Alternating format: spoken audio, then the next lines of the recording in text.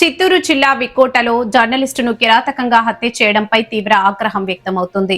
గూడూరులో జరిగిన విలేకరుల సమావేశంలో సిపిఐ జాతీయ control commission chairman K Narayana మాట్లాడుతూ మాఫియాలను ప్రశ్నిస్తే హత్యలు చేయడం దారుణమన్నారు. ఎర్రచందనం, క్వాడ్, ఇసుక మాఫియాలు ప్రభుత్వాలు మారినా తమ దందాను కొనసాగిస్తున్నాయని ఆరోపించారు.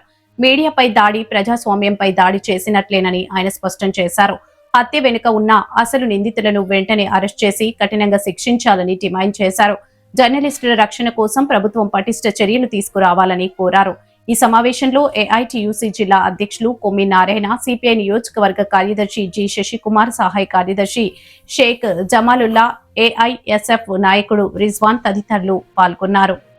జగన్మోహన్ రెడ్డి చిత్తూరు జిల్లా వీకోట సంబంధించినటువంటి వ్యక్తి.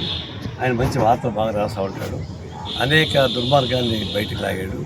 ల్యాండ్ మాఫియా, సాగు, ఎర్రచందనం మాఫియా, మైన్స్ మాఫియా, దానిపైన ఆయన గౌరవెత్తి రాస్తారు. చదివి వార్తలు ఎత్తుకుంటాయి.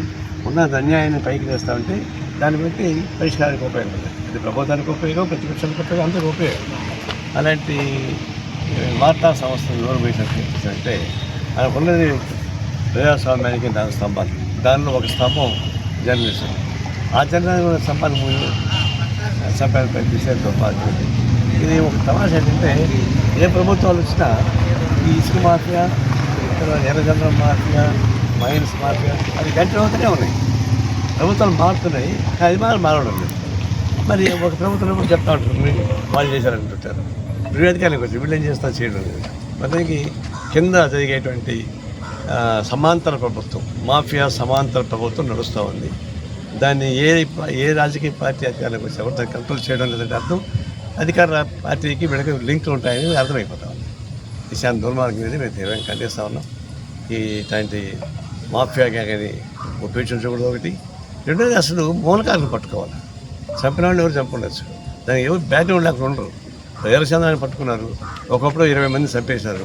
చంపినది ఆగలేదు కదా. ఎవరు వాళ్ళు తీసుకొచ్చారు, ఎవరు దాన్ని మార్కెటింగ్ చేస్తున్నారు, ఎవరు తీసుకెళ్ళి అమ్ముతున్నారు, వాళ్ళు పట్టుకోవడం లేదు. తర్వాత డ్రగ్ మాఫియా అంటున్నారు, చిన్న పట్టుకుంటున్నారు. కానీ దాన్ని సరఫరా చేసేది ఎవరు, తయారు చేసేది ఎవరు, వాళ్ళు పట్టుకోవడం లేదు. అంటే మూల స్తంభాన్ని పట్టుకోకుండా వాళ్ళు ఉడిపించి పైకి ఉండేటువంటి వాళ్ళు మాత్రం పట్టుకుంటున్నారు. ఇది మౌలికంగా ఈ దుర్మార్గాలకి మూల కూర్చున్నటువంటి ఆ స్తంభాన్ని పట్టుకోకపోతే సాధ్యం కాదు. అది ప్రభుత్వం తీవ్రంగా ప్రోత్సహించాలి. కానీ ప్రభుత్వం ఏం జరుగుతుందంటే ఎవరు మనకు అనుకూలంగా ఉంటారు అనుకుంటారు, ఏమంటే సాధ్యమైనటువంటి అందువల్ల దుర్మార్గం కలుస్తున్నాయి. తక్షణం దాని బ్యాక్గ్రౌండ్లోనూ పట్టుకోవాలి.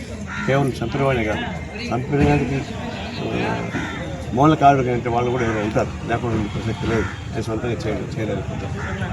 అట్లాంటి మౌలికమైన పద్ధతిని సహాయం ఎంకరేజ్ చేయమని చెప్పి తగిన కోరుతాను.